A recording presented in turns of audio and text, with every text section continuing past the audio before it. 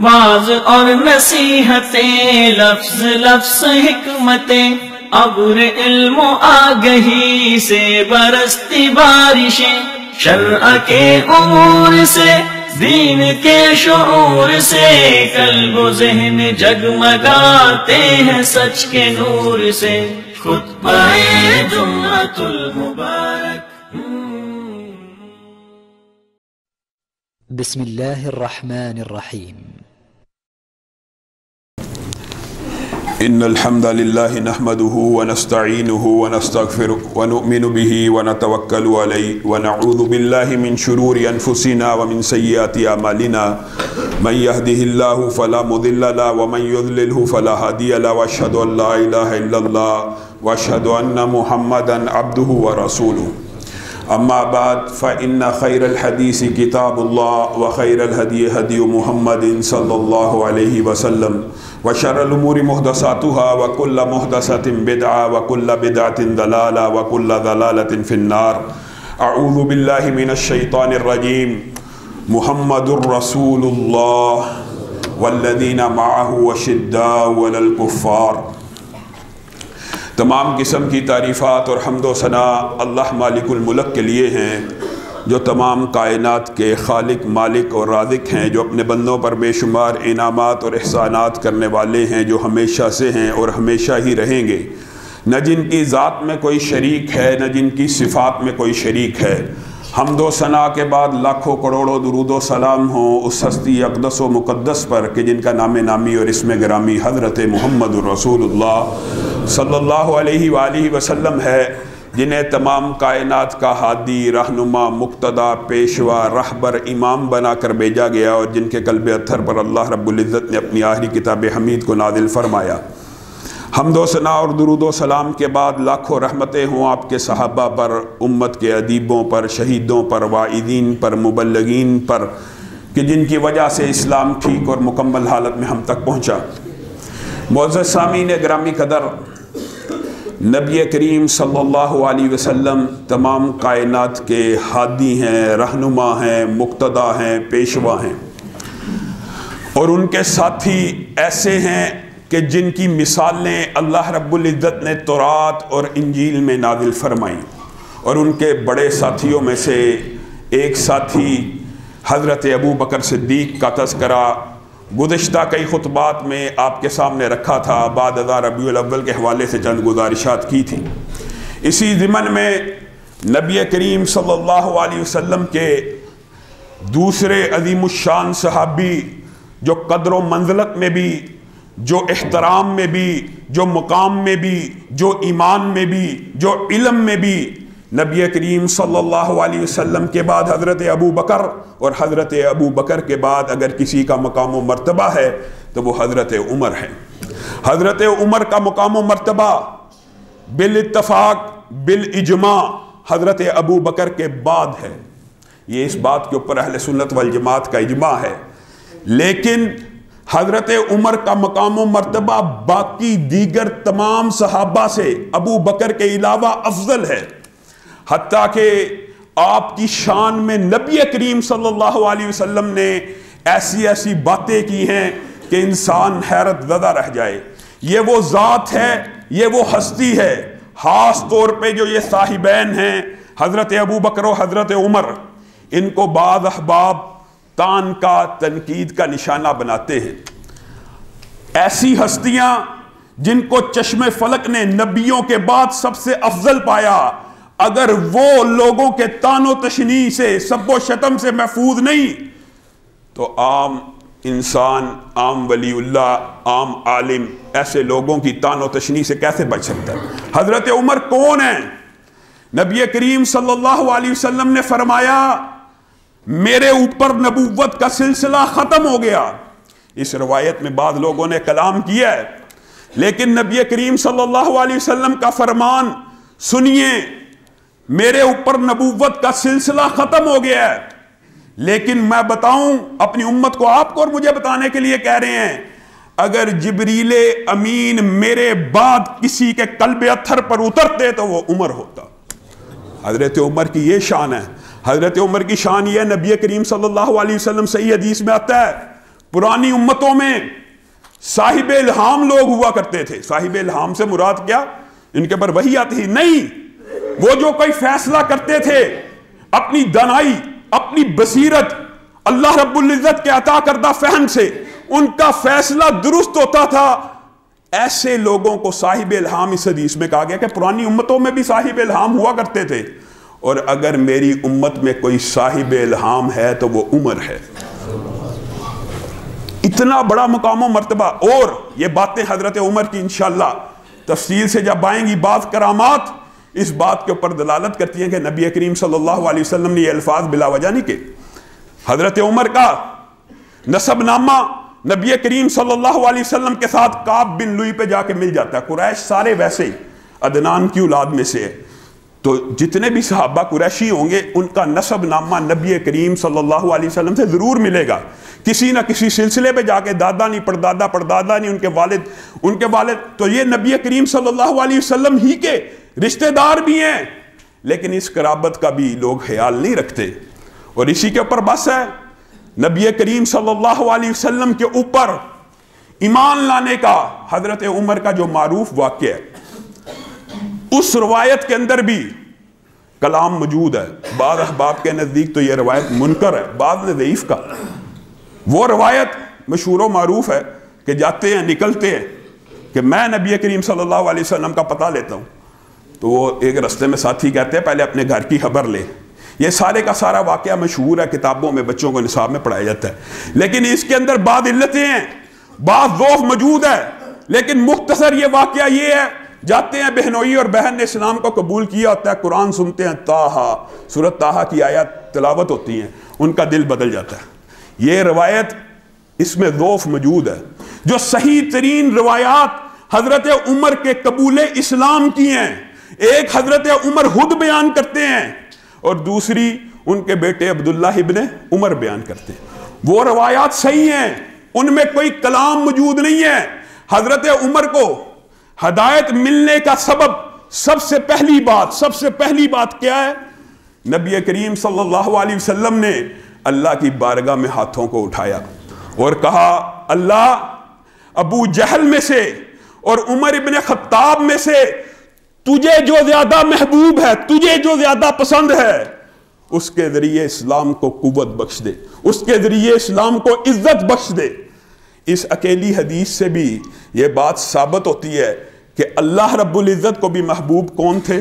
حضرت عمر. لیکن نبی کریم صلی اللہ علیہ وسلم نے بعد ازاں یہ دعا بھی کی. خالی صرف یہ دعا موجود نہیں ہے کہ ابو جہل یا عمر بن خطاب میں سے جو تجھے پسند ہے ایک کو اسلام کی قوت کے لیے، اسلام کی عزت کے لیے منتخب فرما. یہ بھی حدیث صحیح ہے. لیکن دوسری حدیث میں یہ الفاظ بھی ملتے ہیں، اللہ، عمر بن خطاب کے ذریعے اسلام کو مضبوط فرما. حالی یہ دعا بھی نبی کریم صلی اللہ علیہ وسلم نے کی.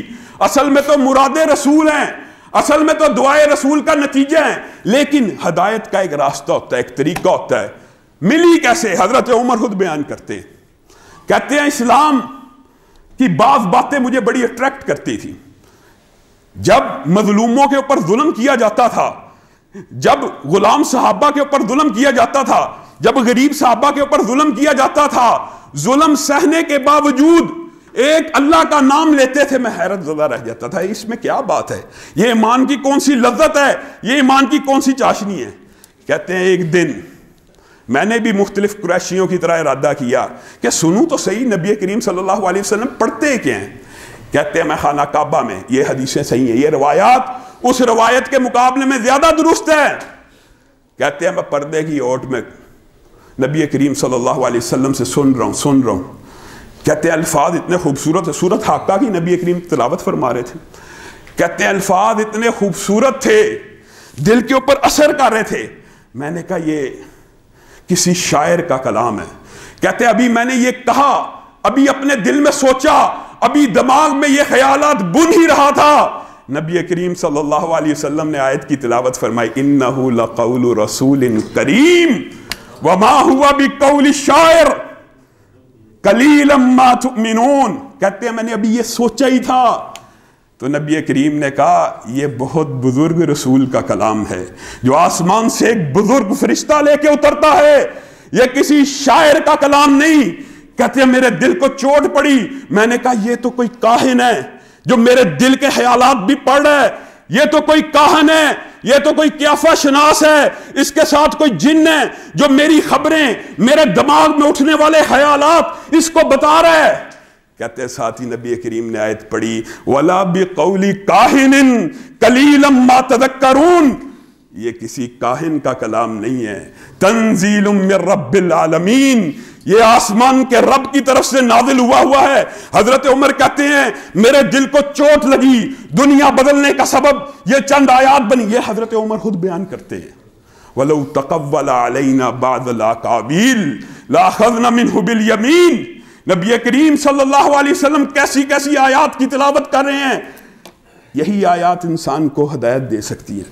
حضرت عمر نے یہ الفاظ سنے, نبی کریم کہہ رہے ہیں اگر میں اپنی طرف سے اللہ کے اوپر ایک جھوٹ بھی گھڑوں, اللہ کہہ رہا ہے لوگوں کو بتا دے وَلَوْ تَقَوَّلَ عَلَيْنَا بَعْضَ الْأَقَاوِيلِ لَأَخَذْنَا مِنْهُ بِالْيَمِينِ ثُمَّ لَقَطَعْنَا مِنْهُ الْوَتِينَ. لوگوں کو خبر دے اگر محمد صلی اللہ علیہ وسلم اللہ کے اوپر بہتان تراشی کریں, کوئی الزام لگائیں, کوئی جھوٹ گڑیں, تو اللہ ان کو ان کے ہاتھوں سے پکڑ لے گا اور ان کی شہرگ حیات کو ان کے تن سے جدا کر دے گا. حضرت عمر کے دل کو چوٹ لگی. یہ شاعر کا کلام نہیں, یہ کاہن کا کلام نہیں. پھر عبداللہ ابن عمر خود بیان کرتے ہیں دوسری بات جو حضرت عمر کی ہدایت کے لیے, جو حضرت عمر کے لیے رستہ ہموار کرنے کی بنی, وہ کیا تھی. یہ بھی ایک عجیب و غریب واقعہ ہے. حضرت عمر کا صاحب الہام ہونا, صاحب بصیرت ہونا, دانا ہونا, اس حدیث سے بھی ظاہر ہوتا ہے. کہتے ہیں حضرت عمر نے ایک شخص کو دیکھا, بڑا خوبصورت تھا, نوجوان تھا, اور کہتے ہیں میرے والد محترم جب بھی کسی کے بارے میں کوئی اندازہ لگاتے تھے میں نے 100% اس اندازے کو ہمیشہ درست پایا. یہ حضرت عبداللہ ابن عمر کا ایک مشاہدہ تھا. کہتے ہیں مجھے کہتے ہیں یہ بندہ زمانہ جاہلیت میں کاہن ہوگا, ضرور اس کی شکل سے ایسے اثرات ملتے ہیں. اس کو روکا, پوچھا اسلام قبول کرنے سے پہلے کیا کرتا تھا, کہا کاہن تھا. کہا کاہن تھا. کہا کہانت کے اندر کون سا ایسا واقعہ جس کو تو یاد کرتا ہے اور تجھے متاثر کرتا ہے. اس کاہن نے جو پہلے کاہن تھا اب اسلام کو قبول کیا, اپنا واقعہ بتلایا.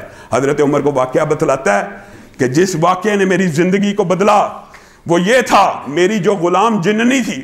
اور یاد رکھیے یہ جو کہانت کے سلسلے ہوتے ہیں, بات آئی ہے تو کہہ دیتا ہوں, کاہن غائب کا علم نہیں جانتا.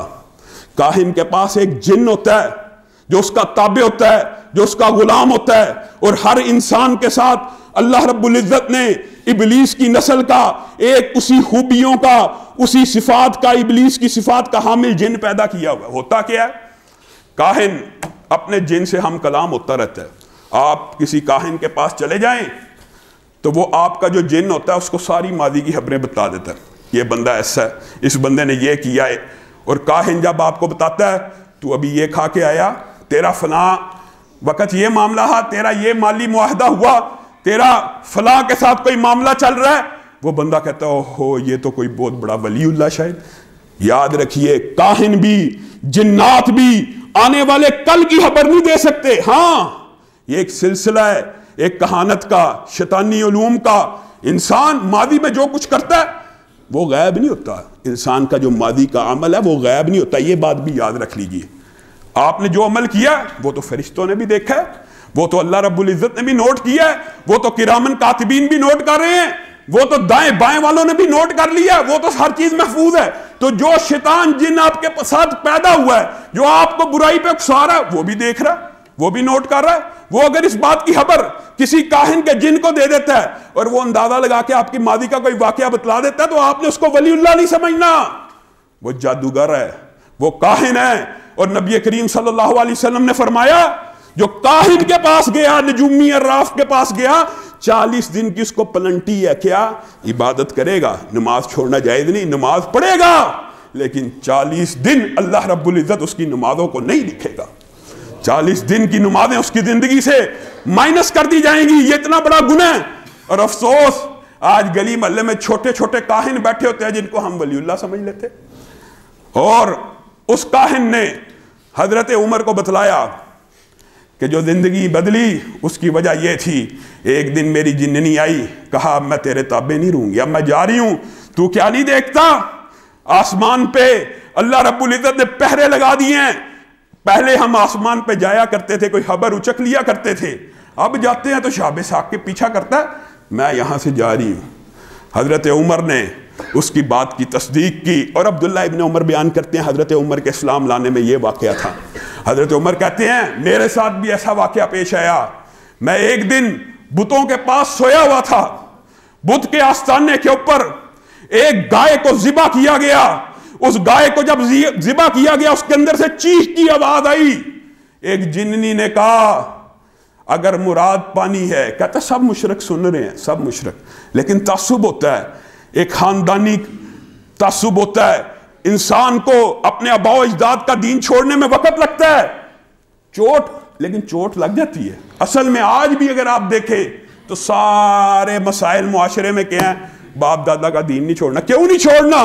وہ دین جو نبی کریم صلی اللہ علیہ وسلم دے، اگر اللہ کا کلام آ جائے، رسول اللہ کا فرمان آ جائے، تو پھر بھی دین نہ بدلے، تو پھر بھی بات نہ بدلے، تو پھر بھی سر تسلیم ہم نہ کرے، تو اس کا مطلب یہ ہے کہ تو غلطی کے اوپر ہے۔ حضرت عمر کہتے ہیں سب سن رہے ہیں، اس میں سے آواز آئی، ایک کلمہ پڑھنے والا عجیب کلمہ پڑھ رہا ہے، اللہ کی قسم وہ جننی کہہ رہی ہے، جو ذبح ہوا گائے تو اس کے اندر سے آواز آ رہی ہے، اگر کسی نے مراد پانی ہے تو اس کلمے کے پیچھے چل پڑے، لا الہ الا اللہ محمد رسول اللہ۔ بات کی بات ہے، لا الہ الا اللہ ایک ایسا کلمہ ہے، جتنے بھی نبی آئے سب کی دعوت میں یہ کلمہ مشترک تھا کہ آؤ مخلوق کی عبادت سے نکل کے ایک اللہ کی عبادت کی طرف لوٹ آؤ۔ اور یہ ایک ایسا کلمہ ہے جو جنوں نے بھی سنا، نہ سمعنا قرآنا عجبا، جنوں نے بھی کہا ہم نے ایک بہت اعجابت والا قرآن سنا ہے جو ہدایت کی طرف بلاتا ہے۔ اور اس جنی نے یہ نعرہ بلند کیا، حضرت عمر کا واقعہ ہے۔ حضرت عمر کہتے ہیں یہ دو واقعات تھے جنہوں نے زندگی میں انقلاب بپا کر دیا، پھر مظلوموں کو دیکھتا تھا۔ اور حضرت عمر پڑھے لکھے افراد میں سے تھے، 17 افراد جو قریش کے نبی کریم صلی اللہ علیہ وسلم کے مبعوث ہونے کے بعد لکھنا پڑھنا، یعنی اس دور میں لکھنا پڑھنا عالم ہونے کی نشانی تھی، ان میں شامل تھے۔ ان 17 افراد میں سے تھے جو لکھنا پڑھنا جانتے تھے، نبی کریم صلی اللہ علیہ وسلم سے چھوٹے تھے، عام الفیل کے 13 سال بعد پیدا ہوئے، اور اسلام کس سن میں قبول کیا؟ 6 سن نبوی میں اسلام کو قبول کیا۔ اب اگر تمام روایات ملا لی جائیں تو بات یہ ہے نبی کریم صلی اللہ علیہ وسلم کے حضور پیش ہوئے، جس دن اسلام قبول کیا سب سے پہلا عمل ان کی جرت اور بہادری کا، دلیری کا، اسلام کے عروج کا، حضرت عبداللہ ابن مسعود کہا کرتے تھے، صحیح قول ہے، صحیح سند سے ان کا قول ہے، جب بھی نیک لوگوں کا ذکر کرنا اسلام میں امتی ہو تو اس کا ذکر عمر سے شروع کرنا۔ کیوں؟ عبداللہ ابن مسعود آپ کہہ رہے ہیں، ابو بکر سے کیوں نہیں کہا؟ افضل تو ہیں مقام و مرتبے، وہ بھی جانتے ہیں افضل ہیں۔ کہا عمر سے اس لیے شروع کرنا، جس دن سے اسلام میں آیا ہے اسلام کو عروج ملا ہے، اس دن کے بعد اسلام نے پستی نہیں دیکھی، عروج کا سفر شروع کر دیا۔ وجہ کیا ہے؟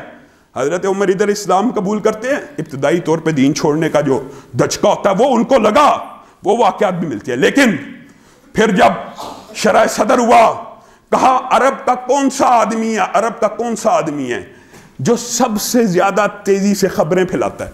آج کل بھی ہمارے معاشرے میں کچھ لوگ ایسے ہوتے ہیں جن کو کہا جاتا ہے CNN یا BBC ہے، اس کے کان میں کوئی خبر ڈال دو یہ پورے معاشرے میں پھیلا دے گا۔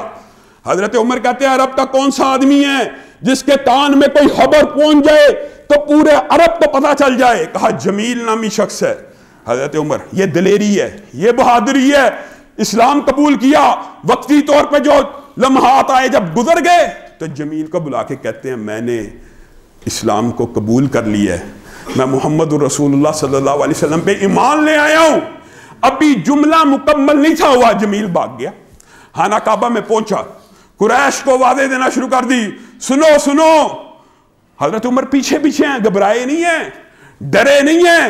وہ جو روایات ہیں کہ عمر کے اسلام قبول کرنے کے بعد مسلمانوں نے پہلی دفعہ علی العنان نماز کو قبول کیا، اس کی وجوہات یہ ہیں۔ عمر بھی پیچھے پیچھے چل رہے ہیں، جمیل اعلان کر رہا ہے عمر نے اپنا دین بدل دیا. عمر پیچھے سے کہہ رہے ہیں نہیں بلکہ اسلام کو قبول کر لیا. عمر نے اپنا دین بدل دیا, نہیں بلکہ رسول اللہ پہ ایمان لے کے آیا.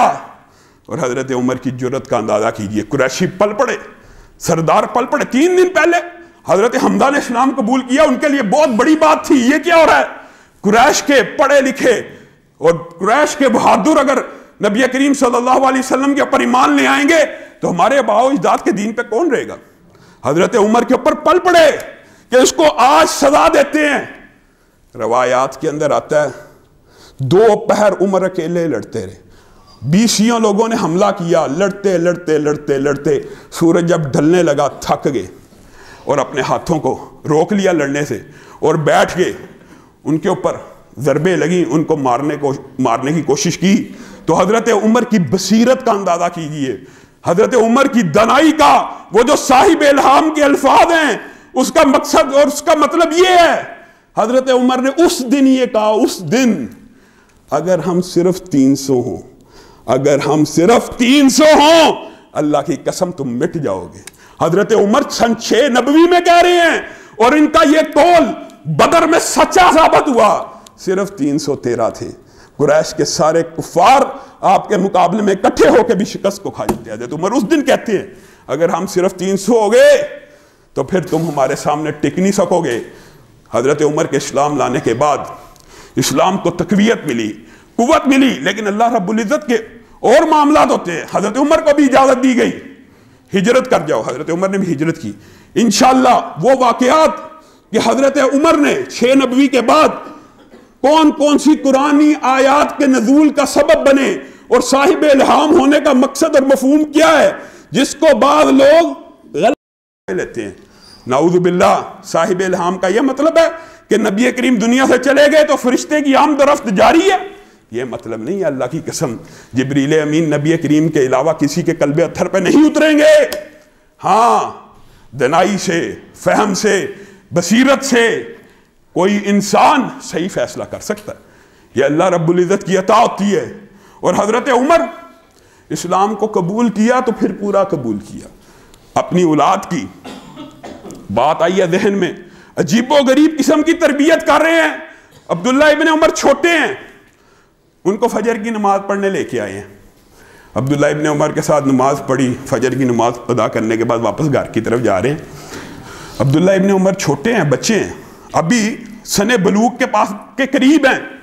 اپنے والد کو کہتے ہیں بابا ہم نماز فجر کو ادا کر رہے ہیں اور لوگ اپنے گھروں میں آرام سے سو رہے ہیں. حضرت عمر کا چہرہ لال ہو جاتا ہے, غصے میں ان کو ڈانٹتے ہیں, ہلکا سا زد و کوب کرتے ہیں, کہتے ہیں اس سے بہتر تھا تم مسجد میں نماز پڑھنے نہ آتا. تو نماز پڑھنے کے بعد اپنے اوپر فخر محسوس کر رہا ہے اور لوگوں کی غیبتیں بیان کر رہا ہے. تربیت یہ ہے بچے کی. آج ہمارا بچہ یہ کہہ دے بابا ہم نے فجر کی نماز پڑھی, جی ماشاءاللہ بڑی اچھی بات. اپنے بیٹے کو فخر بھی نہیں کرنے دے رہے اور کہتے ہیں لوگوں کی برائی کرتا ہے, اس کو ڈانٹ رہے ہیں.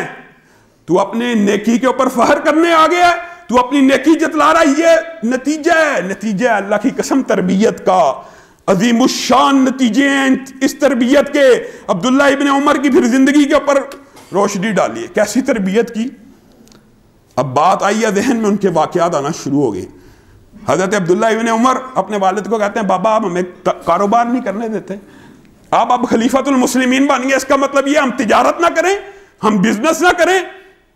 کہا ہوا کیا ہے, بتایا بہت سے معاملات تھے. پھر عبداللہ ابن عمر نے اپنے والد صاحب سے یہ باتیں کر کے ایک اونٹ دبلا پتلا خریدا کہ میں اپنے والد صاحب کو منایا ہوں کہ ہمیں کاروبار کی اجازت تو دے دی جائے.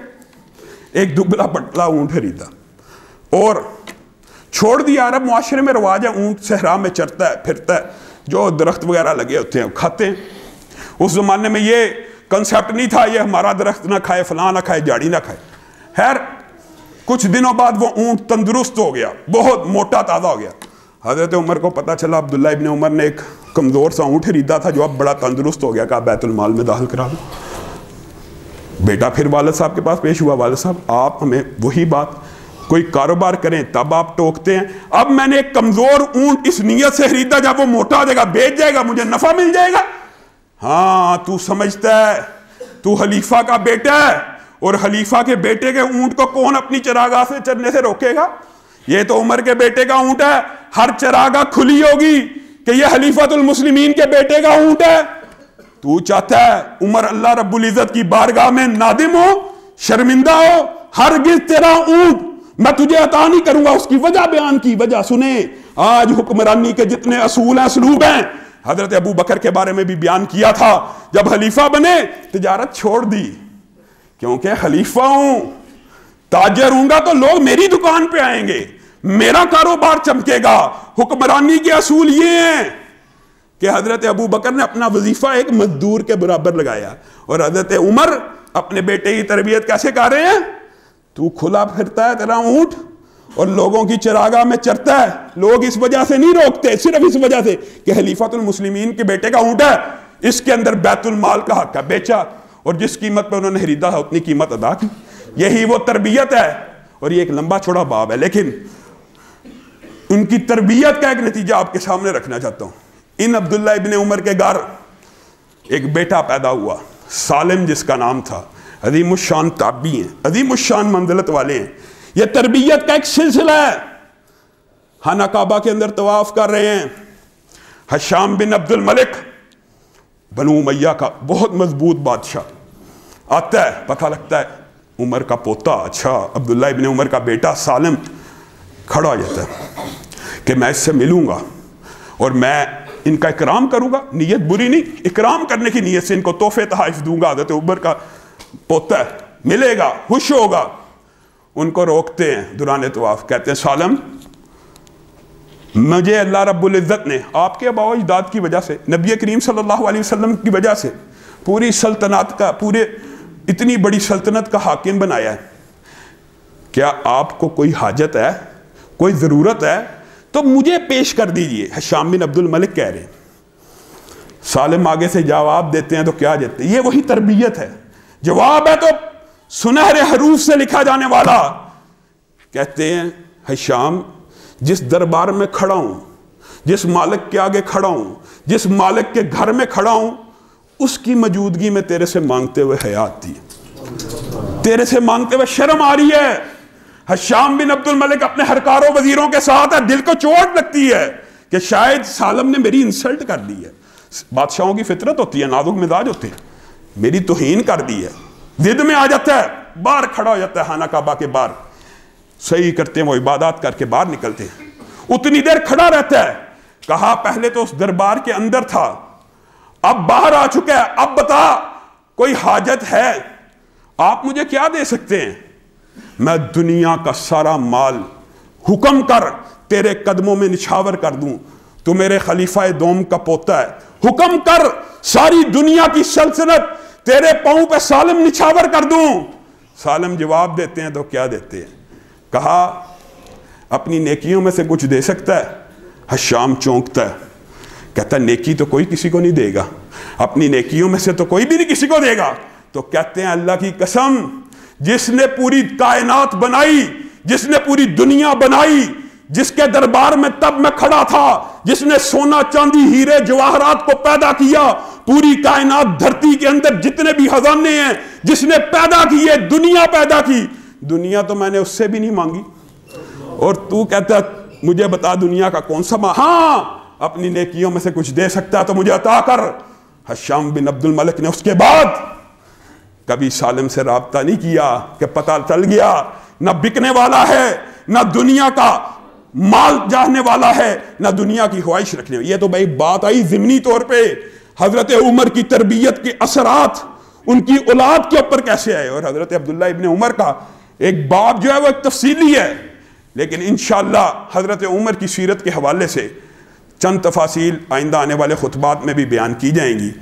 لیکن ایک اہم خبر اور ایک اہم اعلان ہے، اسی دوران میرے جو چچا محترم ہیں وہ سعودیہ سے تشریف لائے ہیں، علامہ احسان اللہ ظہیر شہید کے وہ چھوٹے بھائی ہیں، انشاءاللہ یہ جو جمعہ آنے والا ہے اس جمعے میں وہ آئیں گے اور آپ لوگوں کے سامنے خطاب کریں گے۔ آپ لوگ جوک در جوک آئیں، ان کا اکرام کریں، ان کی تکریم کریں، علامہ شہید کی محبت کی وجہ سے ان سے ملیں۔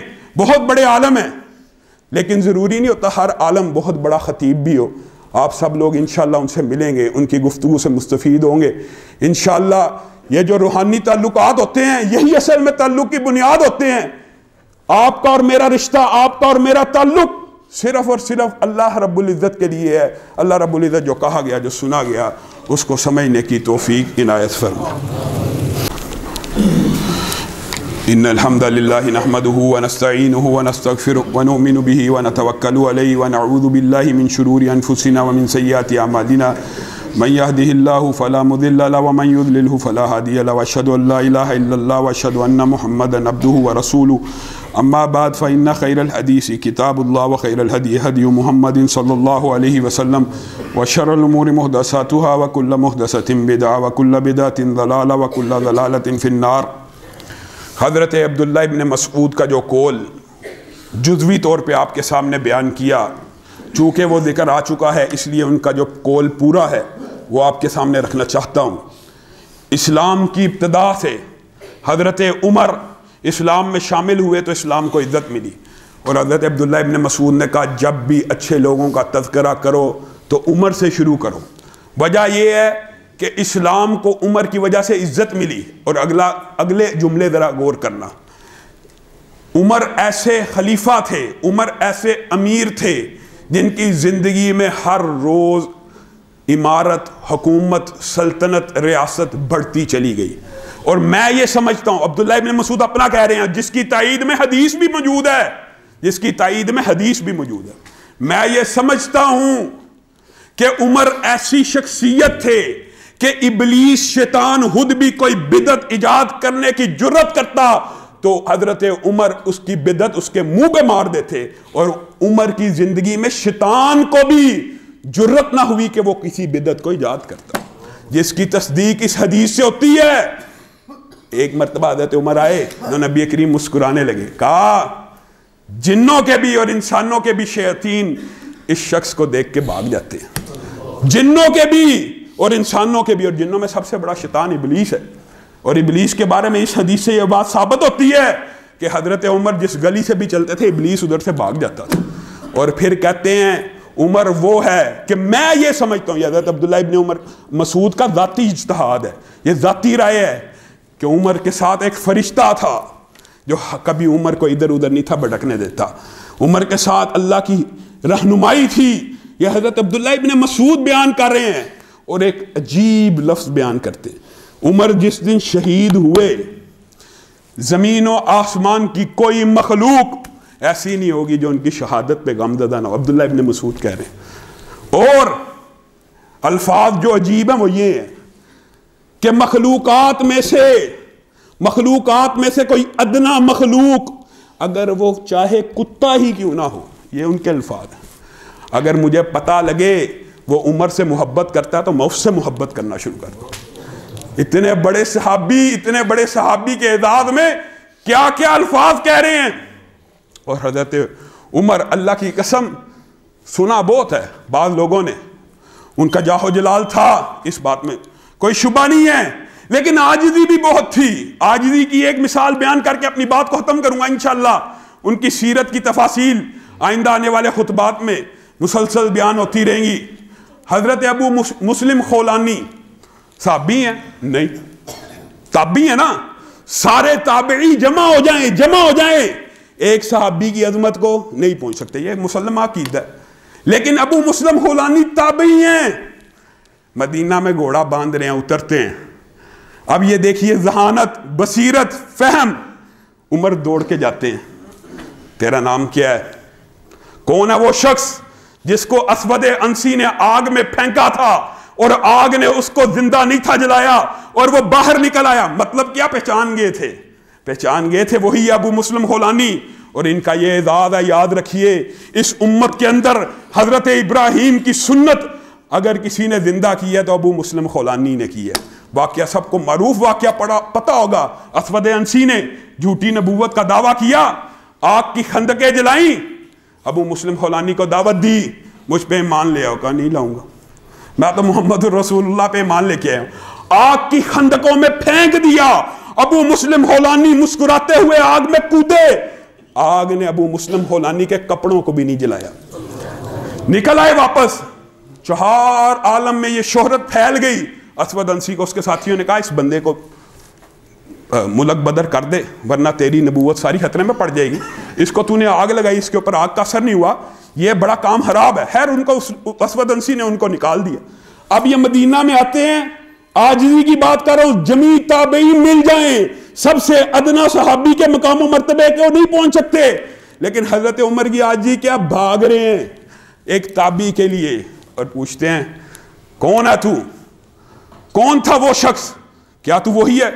حضرت ابو مسلم خولانی انکار نہیں کرتے، لیکن کہتے ہیں اس بندے کا نام عبداللہ بن صوب تھا، ان کا اصل نام یہ تھا، میں تو ابو مسلم خولانی ہوں، مجھے صحیح بتا تو وہی ہے؟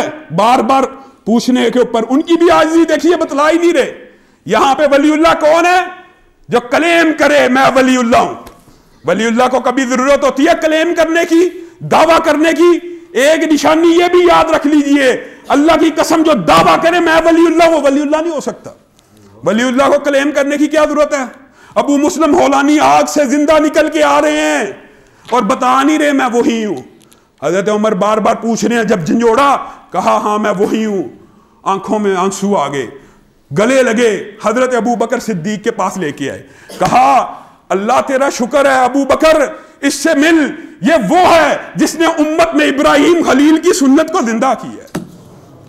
صحابہ تابعی کا اس طرح اکرام کرتے تھے، یہ ان کی عاجزی کے اوپر دلالت ہے۔ پتہ ہے کیا پتہ نہیں تھا عمر فی الجنہ، عمر کو جنت کی بشارت ہے۔ انشاءاللہ حضرت عمر کے حوالے سے تفصیلی گفتگو ہوگی۔ ایک اور اہم اعلان کرنا ہے، ہم نے باہر حجامہ کیمپ لگایا ہوا ہے، اور حجامہ جو ہے علاج سنت نبوی سے ثابت ہے، اور حجامہ علاج ابلیس، شیاطین اور جنوں کو تکلیف دیتا ہے۔ نبی کریم صلی اللہ علیہ وسلم جب معراج کی رات گئے، فرشتوں نے نبی کریم کو کہا، فرشتے کہہ رہے ہیں، نبی کریم واپس آ رہے ہیں، اپنی امت کو کہنا حجامہ کروائیں، اپنی امت کو کہنا حجامہ کروائیں، اس علاج میں شفا ہے۔ جتنا فاسد خون ہوتا ہے سکن کے نیچے جمع ہوا، جو بالکل نکمہ خون ہوتا ہے، یہ حجامہ اس کو صاف کرتا ہے۔ ہم نے آپ لوگوں کے لیے 12 مرتبہ اس کیمپ کو لگایا ہے، آج بھی یہ کیمپ لگا ہوا ہے۔ یہ وہ کیمپ ہے، اگر آپ کسی معالج پروفیشنل کے پاس جائیں 1000 روپیہ لے لیتے ہیں، تو یہ ہمارا بھائی ساتھی دین کی خدمت کے لیے صرف آتا ہے اور صرف اپنے کپ کے چارجز لیتا ہے، 60 روپے کے قریب ایک کپ آتا ہے۔ تو جو بھی جس قسم کا بھی مسئلہ ہے، مختلف پوائنٹس ہوتے ہیں، تو جو ساتھی کروانا چاہے یہ فری حجامہ کیمپ ہے، صرف اس سے اس کپ کی قیمت لی جائے گی۔ سبحان ربک رب العزت عما یصفون وسلام علی المرسلین والحمد للہ رب العالمین۔